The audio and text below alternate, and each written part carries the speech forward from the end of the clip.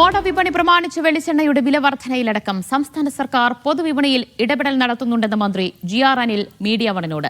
സപ്ലൈകോ ഔട്ട്ലെറ്റുകളിൽ സാധനങ്ങൾക്ക് പരമാവധി വില കുറച്ചു നൽകുന്നുണ്ട്.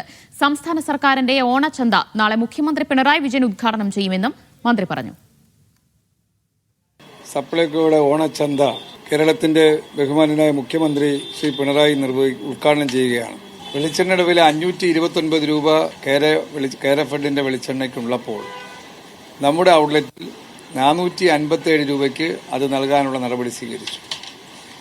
ഇപ്പോൾ ഇന്നത്തെ ദിവസം 445 രൂപയ്ക്ക് 1 കിലോ വെളിച്ചെണ്ണ ലഭിക്കുകയാണ്.